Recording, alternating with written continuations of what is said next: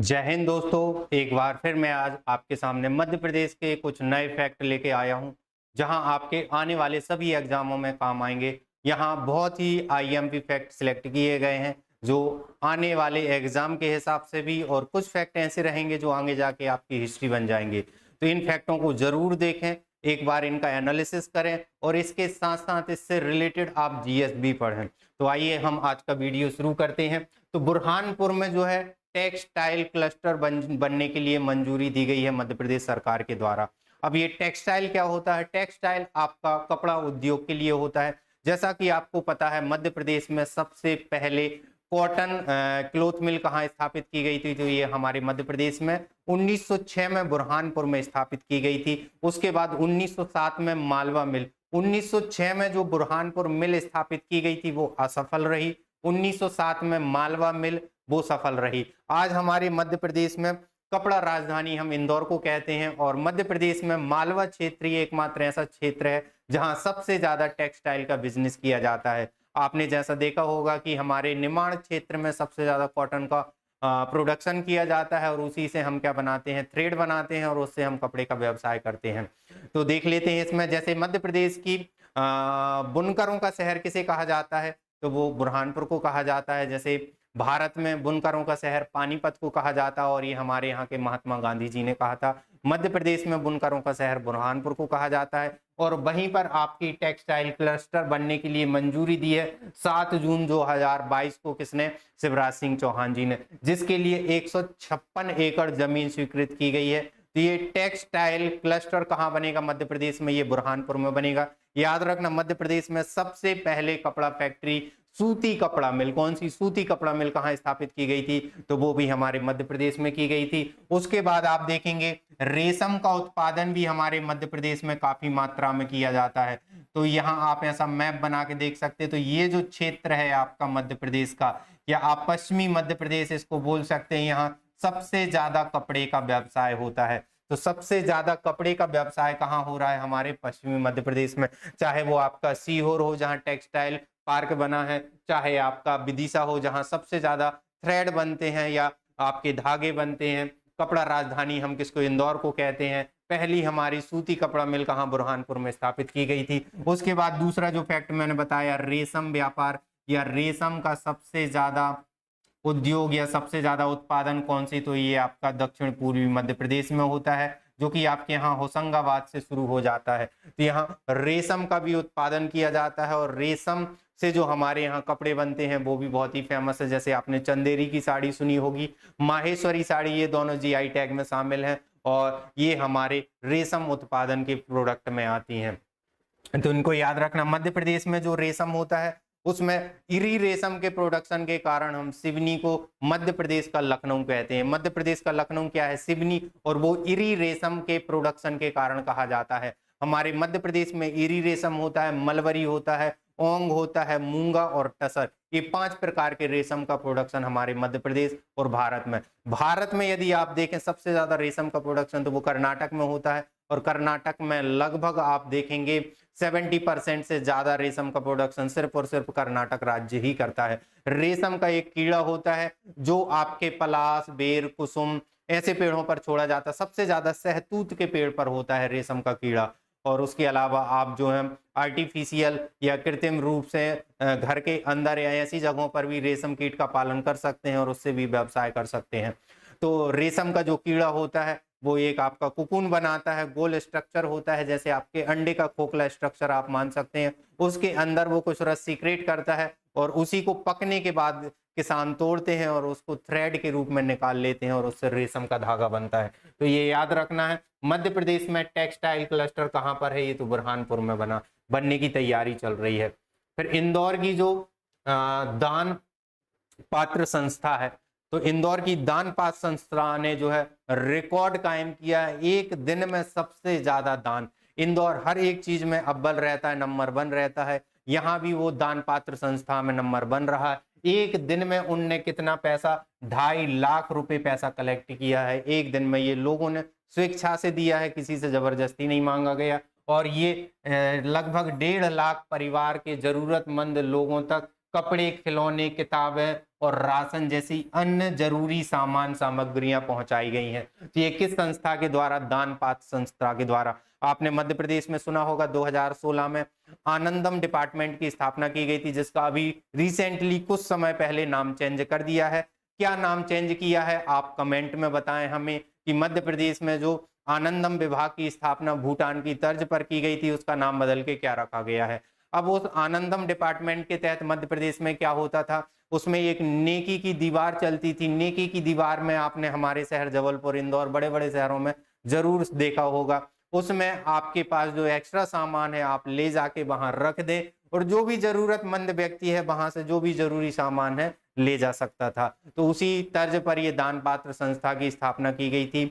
और इंदौर जो है हमारे मध्य प्रदेश में नंबर 1 पर है अंग दान करने में, ऑर्गन डोनेट करने में। मध्य प्रदेश में कौन सा शहर सबसे आगे है, तो वो भी इंदौर आता है। और भारत की बात करें तो भारत में आपका मुंबई है, और हमारे मध्य प्रदेश में कौन सा शहर है? इंदौर है, जो ऑर्गन डोनेट करने में सबसे आगे है। तो ये दान पात्र संस्था का नाम याद रखना, ये हमारे कहाँ की है? इंदौर की है। और इसने सबसे ज्यादा दान, एक दिन में 2.5 लाख रुपए जो है दान दिया, और उससे लगभग 1.5 लाख परिवार के लोगों को सहायता मिली है। अब यहाँ आप देखेंगे फिर इंदौर का फैक्ट है कि जो हमारी स्मार्ट सिटी रैंकिंग है, स्मार्ट सिटी पूरे भारत में ये मोदी जी की पहल थी, जिसमें फर्स्ट स्टेज पर आपकी 20 शहर चुने गए थे। उसके बाद अलग अलग स्टेज पर अलग अलग शहरों को सिलेक्ट किया गया था।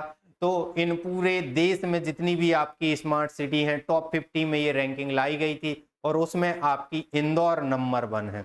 इंदौर जैसे कि आपने देखा स्वच्छता में भी नंबर 1 है, और स्मार्ट सिटी की रैंकिंग में भी आपकी नंबर 1 है। अब स्मार्ट सिटी में जो है बहुत सारे आपके इंडिकेट लिए गए थे, उसमें शामिल किए गए थे। जैसे आप देखें उनमें 140 अंकों में आपके इंदौर ने 125 अंक प्राप्त किए, और उस आधार पर जो है ये नंबर 1 सिटी रही स्मार्ट सिटी में। और हमारे मध्य प्रदेश की राजधानी भोपाल को 5वां स्थान हासिल हुआ है। तो आप यदि किसी और शहर के हैं और आपका शहर स्मार्ट सिटी में है, तो आप भी अपना चेक कर सकते हैं गूगल करके। बाकी एग्जाम पर्पस से आपका जो नंबर 1 इंदौर है वही आपका काम का है, और आपका भोपाल जो कि हमारी राजधानी है वो कौन से नंबर पर है? 5वें नंबर पर।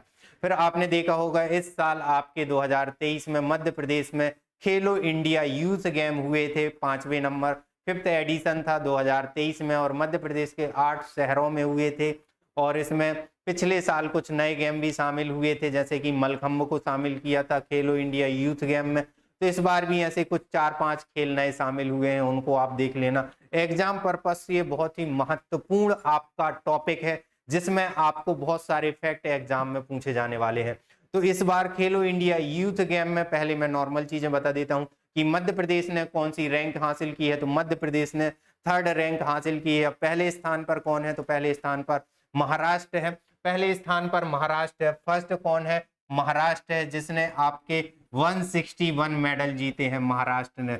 सेकंड नंबर पर कौन है? तो सेकंड नंबर पर आपका हरियाणा है। सेकंड नंबर पर कौन है? हरियाणा है, और हरियाणा ने 128 मेडल जीते हैं। तो हरियाणा ने कितने मेडल जीते हैं? 128। और 3rd नंबर पर हमारा मध्य प्रदेश है। अब मध्य प्रदेश ने टोटल कितने जीते हैं और अलग अलग किस कैटेगरी में कितने जीते हैं, वो आपको बहुत जरूरी है जानना। यही आपके एग्जाम में पूछा जाता है। तो टोटल मध्य प्रदेश ने कितने? 96 मेडल जीते हैं। कौन से खेल में? खेलो इंडिया यूथ गेम। ठीक है, तो खेलो इंडिया यूथ गेम में मध्य प्रदेश 96 मेडल लेके आया है। कितने टोटल मेडल लेके आया? 96, 96 मेडल लेके आया है, जिसमें गोल्ड आपके कितने हैं? 39। इसमें 96 में 39 क्या है? गोल्ड है। सिल्वर कितने हैं? तो सिल्वर की संख्या है 30। सिल्वर मेडल कितने हैं? सिल्वर मेडल है 30। और ब्रॉन्ज या आपके रजत पदक कितने हैं? वो हैं आपके 27। तो ऐसे करके टोटल मेडल कितने हो जाते हैं? 96। और कौन सी रैंक है? 3री रैंक है। तो मध्य प्रदेश जो इस बार मध्य प्रदेश में ही आयोजित हुए थे खेलो इंडिया यूथ गेम, और कहाँ हुए थे? तो ये मध्य प्रदेश के 8 शहरों में हुए थे। एक खेल आपका दिल्ली में होना था, बाकी सभी यहीं पर हुए थे। और इसमें मध्य प्रदेश 3रे स्थान पर आया, जिसमें 96 आपके मेडल हैं और 30 आपके गोल्ड हैं। कौन कौन से नए खेल शामिल हुए हैं वो भी आप एक बार देख लें। अब यहाँ जो है पिछले साल का ये फैक्ट है, 2022 का फैक्ट है। कि 2022 में मध्य प्रदेश के मलखंभ मलखंभ मध्य प्रदेश का राजकीय खेल है। इसके बारे में आपको पता रहे कि मध्य प्रदेश का राजकीय खेल कब शामिल किया गया, तो ये आपका 13 अप्रैल 2013 को किया है। और अप्रैल आपको याद रहे ना रहे, लेकिन सन जरूर आपको याद रहना चाहिए कि 2013 में किया है। मलखंभ की कई बार हाइट पूछ ली जाती है कि उस पिलर की ऊंचाई कितनी है, तो 8.5 फीट जो है उस मलखंभ की ऊंचाई रहती है। और इसमें अभी आप देखेंगे लास्ट जो अवार्ड दिया है वैष्णवी कहार को दिया गया है। जैसे ढेर सारे फैक्ट हैं मलखंभ के, ठीक है। अब यहाँ आपको खेलो इंडिया यूथ गेम का तो वो याद रखना कौन से नंबर पर रहा है, तीसरे नंबर पर। टोटल मेडल कितने हैं, 96 मेडल हैं। पहले नंबर पर कौन रहा है, महाराष्ट्र, दूसरे पर हरियाणा। अब यहाँ आपका सीएम हेल्पलाइन के निवारण जो हर महीने की लिस्ट आती है कि निराकरण आपकी शिकायतें, सीएम हेल्पलाइन आपने देखा होगा 181 ना 181 पर आप क्या करते हैं, सीएम हेल्पलाइन जो भी आपकी समस्याएं होती हैं उन समस्याओं को आप डायरेक्ट सीएम हेल्पलाइन के थ्रू जो है अवगत करा सकते हैं, जिसको सरकार जो है उसके माध्यम से रिलेटेड आपके ऑफिसरों को बोलती है और आपकी समस्या का निराकरण होता है। तो इसमें मई माह में जबलपुर नंबर बन रहा है सीएम हेल्पलाइन शिकायतों का निवारण करने में, ठीक है। हर महीने की रैंक आती है जिसमें अलग अलग शहरों का नाम सिलेक्ट होता है। तो मई माह में कौन रहा, जबलपुर रहा है, तो इसको याद रखना है, सीएम हेल्पलाइन नंबर याद रखना है। फिर देश का पहला श्री राम संग्रहालय, श्री राम भगवान का भी मंदिर बन रहा है अयोध्या में, है ना। बाबरी मस्जिद आपने कांड सुना होगा। ये बोला जाता है कि प्राथमिक तौर पर जो है यहाँ पर मंदिर बनवाया गया था, भगवान का मंदिर था। फिर उसके बाद जो है जब बाबर आए हुए थे उनने, उनके जो सेनापति थे मीर बकी, उनने उस जगह पर जो है बाबरी मस्जिद बनवा दी थी। फिर 6 दिसंबर 1992 को उस बाबरी मस्जिद को गिरा दिया था। फिर उसके बाद 2010 में इलाहाबाद हाई कोर्ट ने उस जगह को 3 बराबर पार्ट में बांट दिया। फिर अभी कुछ समय पहले जो है सुप्रीम कोर्ट ने जो है उस पर पूर्ण रूप से भगवान श्री राम के लिए वो जमीन दे दी, तो वहां बन रहा है। अब हमारे मध्य प्रदेश में श्री राम संग्रहालय, अब ये बनाया जाएगा, कहाँ बनाया जाएगा, ये हमारे मध्य प्रदेश की राजधानी भोपाल में बनाया जाएगा। जैसा कि आपने कल भी देखा था, भगवान श्री राम की सबसे ऊंची प्रतिमा गुना में स्थापित की जा रही है 111 फीट, जिसके मूर्तिकार कौन है, प्रभात राय हैं। और मध्य प्रदेश में राम वन पथ गमन भी बन रहा है, जहां जहां से भगवान श्री राम गए थे। अभी कुछ समय पहले कोल जनजाति की कुंभ लगाई गई थी, उसमें सबरी को, जो सबरी जो है उन्हीं के वंशज कोल जनजाति मानती है। कोल जनजाति अपना पूर्वज किसको मानती है, सबरी को, या सबरी के ही वंशज कहलाते हैं, तो वो भी लगा हुआ था। तो ये सारे करंट अफेयर के फैक्ट आप याद रखना। अब आपको यहाँ क्या याद रखना है कि श्री राम भगवान का संग्रहालय कहाँ बन रहा है, ये भोपाल में बन रहा है। फिर देश का पहला medical science and research centre, ये भी कहाँ स्थापित किया जाएगा, ये भी भोपाल में स्थापित किया जाएगा। तो भोपाल में इस तरह के बहुत सारे इंस्टीट्यूट आपके स्थापित किए जाते हैं। ज्यादातर जितने भी इंस्टीट्यूट हैं भोपाल में ही होते हैं, ऐसा आप रिलेट कर सकते हैं। लेकिन करंट है तो इसमें आप फैक्ट यदि याद ही कर लें तो ज्यादा अच्छा रहेगा, है ना। तो ये कहाँ, भौरी, भौरी जो जगह है वहां पर आपका medical science and engineering research centre स्थापित किया जाएगा। फिर डॉक्टर दिव्या पाटीदार, डॉक्टर दिव्या पाटीदार ये हमारे रतलाम की हैं और मिसेज यूनिवर्स का इनने अवार्ड जीता हुआ है। कितने देशों को, 120 देशों को पछाड़कर इनने हमारे मध्य प्रदेश की रतलाम की doctor Divya Patidar, Mrs Universe ना। तो ये जो शादीशुदा महिलाएं होती हैं उनकी ये प्रतियोगिता होती है, इसलिए आप देखेंगे यहाँ क्या लगा है, मिसेज यूनिवर्स सेंट्रल एशिया, ठीक है। तो मिसेज यूनिवर्स सेंट्रल एशिया का ये अवार्ड है, कब का है, 2021 का है। और ये किसने जीता है, दिव्या पाटीदार ने जीता है। तो इसको याद रखना। ये दिव्या पाटीदार की फोटो है। ये कहाँ हुआ था आपका, साउथ कोरिया के सियोल में हुआ था। साउथ कोरिया आपको पता होगा, नॉर्थ कोरिया, साउथ कोरिया, तो साउथ कोरिया हुआ था, उसकी राजधानी सियोल है, वहां पर हुआ था। फिर उसके बाद आपका लिटरेचर गजेटियर बनाने वाला देश का पहला राज्य मध्य प्रदेश है। मध्य प्रदेश जो है लिटरेचर गजेटियर बना रहा है। अब ये लिटरेचर गजेटियर होता क्या है, तो मध्य प्रदेश के आपको यहाँ 52 जिले दिख रहे होंगे। इन 52 जिले की जो प्रमुख पर्सनालिटियां होती हैं, जो फेमस व्यक्ति होते हैं, आप सभी जिस जिले के हैं आपको भी पता होगा कि आपके जिले की फेमस पर्सनालिटियां कौन सी हैं। जो बड़े एग्जाम होते हैं अक्सर उनमें इस टाइप के क्वेश्चंस आते हैं कि आपके जिले की 5 कोई बड़ी पर्सनालिटियों के नाम या उनके योगदान बताएं। कुछ आपके ज्योग्राफी से क्वेश्चन आते हैं, कुछ आपके हिस्ट्री से क्वेश्चन पूछे जाते हैं। खासकर इंटरव्यू में इस टाइप के क्वेश्चंस बहुत होते हैं। पीएससी का जब आप इंटरव्यू देने जाएंगे तो वो पूछ लेंगे कि आपके राज्य, आपके जिले की ज्योग्राफिकल कंडीशन क्या है, ज्योग्राफिकल सिचुएशन क्या है, वहाँ कौन से पर्वत पहाड़ हैं, वहाँ हिस्ट्री के फैक्ट पूछे जा सकते हैं, वहाँ आपकी फेमस पर्सनालिटी 1, 2, 5 पूछ सकते हैं। तो आप जिस जिस जिले के हैं आप अपने जिले की फेमस पर्सनालिटियों के नाम याद करें और कमेंट करें। और यहाँ लिटरेचर गजेटियर में क्या कर रहे हैं, ये जो है मध्य प्रदेश साहित्य अकादमी के द्वारा किया जा रहा है। मध्य प्रदेश साहित्य अकादमी इस लिटरेचर गजेटियर में मध्य प्रदेश के जो 52 जिले हैं उन 52 जिले की जो फेमस पर्सनालिटी हैं हर जिले की, उसमें उनके बारे में विस्तृत वर्णन करेगी, उनके बारे में बताएगी। तो ये बनेगा लिटरेचर गजेटियर, और ऐसा बनाने वाला मध्य प्रदेश जो है पहला राज्य है। अब मध्य प्रदेश साहित्य अकादमी कब बनी है, तो मध्य प्रदेश साहित्य अकादमी 1954 की है, जो मध्य प्रदेश के लिटरेचर के लिए काम करती है। कला परिषद आपकी 52 की है, जो आपके कल्चर या कला के लिए, संस्कृति के लिए काम करती है। तो वो भी फैक्ट आप याद रखें। तो ये लिटरेचर गजेटियर बनाने वाला देश का पहला राज्य बना मध्य प्रदेश। फिर नीति आयोग जो कि आपकी 1 जनवरी 2015 से एक्टिव हुई है ना। मोदी जी जब आए थे तो उसके पहले योजना आयोग चलती थी, योजना आयोग को खत्म करके नीति आयोग लाए हैं। तो नीति आयोग बहुत सारी रैंक निकालती है, बहुत सारे प्रोग्राम चलाती है। तो नीति आयोग का एक प्रोग्राम है आकांक्षी प्रोजेक्ट। आकांक्षा प्रोजेक्ट भी आपने सुना होगा। तो ये आकांक्षा प्रोजेक्ट या आकांक्षी जो जिले हैं वो क्या कहलाते हैं, ये पूरे भारत में चलाती है। और जो पिछड़े हैं आर्थिक रूप से, सांस्कृतिक रूप से, जनजातीय जो जिले हैं ज्यादातर, उन जिलों में ये प्रोजेक्ट चलता है।